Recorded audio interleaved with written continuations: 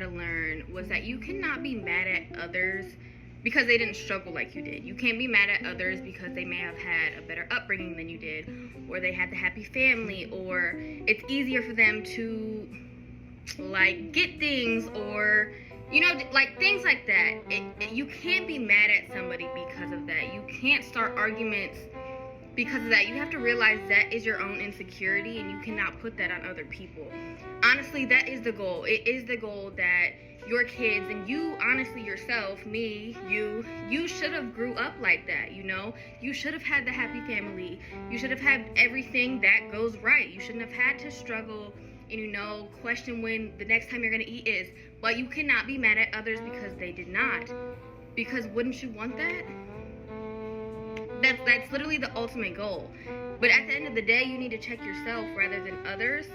That, hey, this is my insecurity. This is something I feel some type of way about, and I'm putting it on them.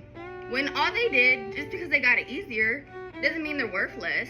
Now, they might be behind in some things, but that's the goal. That's the goal, to not have to work as hard because you came from a good life. You cannot argue with people because of that, or you can't hate people because of that. I mean, you can, right? Like, we can do anything, but like, you shouldn't, you know? It's not healthy, and it's something I feel like you should want to change for yourself. Like, you know, if you grew up with all these things, how can you be better? How can you give yourself this life, you know? Reroute it. Now, people might ask you that question now. Get yourself to that life. You don't push yourself, if that makes sense.